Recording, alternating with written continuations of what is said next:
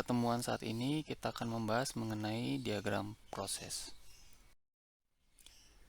Swimlane proses diagram adalah diagram yang menggambarkan aktivitas dari setiap stakeholder yang terlibat di dalam kegiatan bisnis perusahaan.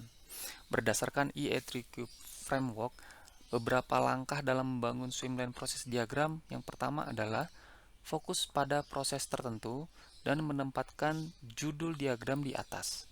Kemudian yang kedua, menghitung stakeholder yang terlibat dalam setiap proses dan menetapkan seluruh stakeholder untuk dideklarasikan dalam sebuah baris. Dan kemudian yang ketiga, membuat diagram alir proses, di mana ada proses yang menggambarkan keputusan, serta juga terdapat tanda panah yang menunjukkan aliran proses. Kemudian yang keempat, jika diagram terlalu rumit, maka perlu dipecah untuk menjadi komponen-komponen yang lebih kecil lagi. Kemudian yang berikutnya ini jika memungkinkan perlu adanya note. Kemudian note tersebut akan melakukan hitung total akumulasi di mana ada waktu yang diperlukan dalam setiap tingkatan. Ini adalah salah satu contoh dari swimlane proses diagram.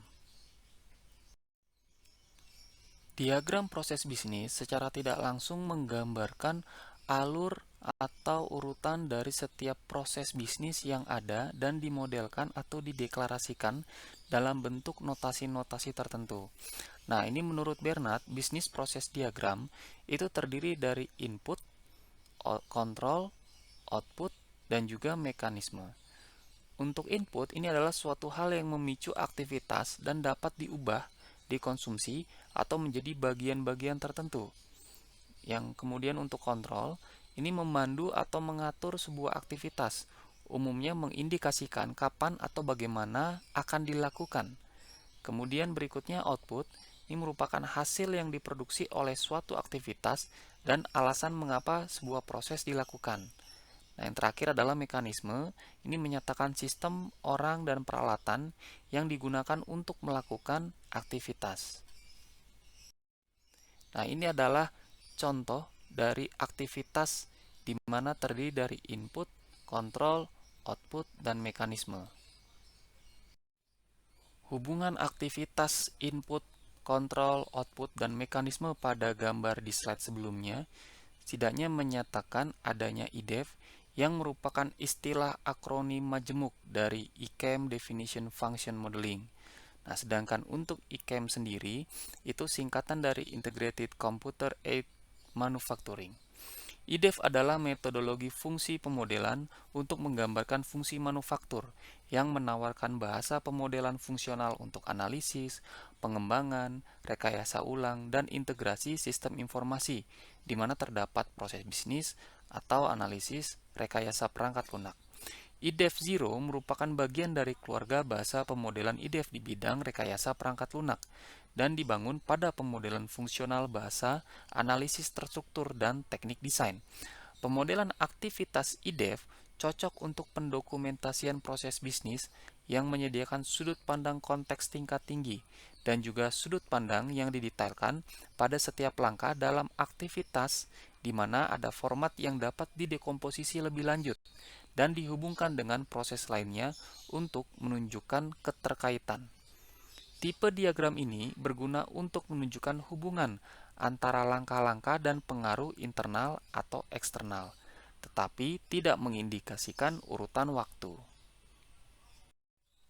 Adapun langkah-langkah yang dapat dilakukan dalam membuat IDEF menurut Davis adalah yang pertama, membuat deskripsi perusahaan dengan tujuan memperoleh pemahaman dan mampu menjawab pertanyaan tentang perusahaan.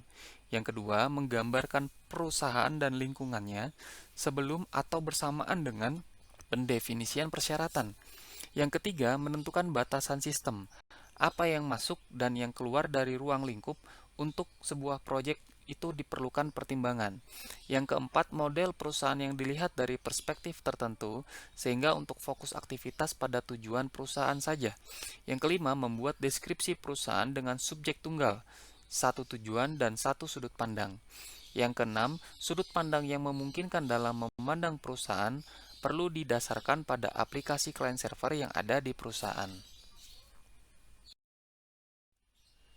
Berikut adalah contoh gambar dari diagram IDEF. Berikutnya adalah activity product matrix. Pada dasarnya, matriks ini memetakan siklus hidup dari setiap produk penghasil keuntungan yang dihasilkan oleh perusahaan untuk lini bisnis yang mendukung satu atau lebih langkah dari siklus hidup produksi. Nah, matriks ini mendukung perusahaan untuk melihat di mana letak vertikal dan horizontal yang merupakan perpotongan dari aktivitas produk bisnis yang dialokasikan. Untuk matriks ini dapat digunakan untuk berbagai artefak tingkat data dan informasi guna memetakan siklus hidup produksi lebih lanjut. Berikut adalah contoh dari activity product matrix. Pada dasarnya, untuk penggunaan use case diagram itu menggambarkan fungsionalitas sistem, di mana setiap use case itu akan berinteraksi dengan use case yang lainnya, pun demikian akan berinteraksi dengan aktor yang terlibat di dalam sistem. Dan semuanya itu harus berada dalam batas sistem tertentu, sesuai dengan border sistemnya. Nah, untuk use case sendiri ini terdapat beberapa komponen. Yang pertama yaitu sistemnya, aktornya, use case-nya, kemudian juga relasinya. Di mana untuk relasi ini terdiri dari asosiasi, generalisasi, dan dependensi. Nah, ini adalah contoh dari use case diagram pada sebuah registrasi universitas.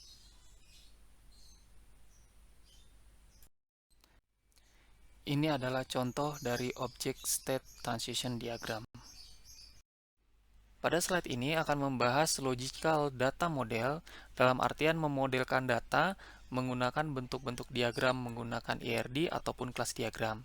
Khusus slide ini akan dibahas mengenai IRD. Jadi apa itu IRD? IRD adalah Entity Relationship Diagram. Ini merupakan bentuk diagram yang menjelaskan hubungan antar objek-objek data yang mempunyai hubungan antar relasi.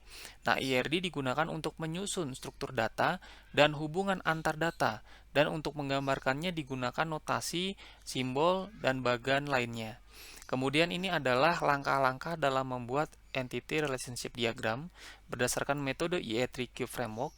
Yang pertama mengidentifikasi entitas, yang kedua mencari keterkaitan, yang ketiga menggambarkan rancangan IRD, yang keempat mengisi kardinalitas, kelima menentukan kunci utama, keenam memberikan kunci utamanya pada IRD, yang ketujuh mengidentifikasi atribut, yang kedelapan memetakan atribut, dan yang terakhir menggambarkan sepenuhnya IRD-nya. Ini adalah contoh dari Entity Relationship Diagram.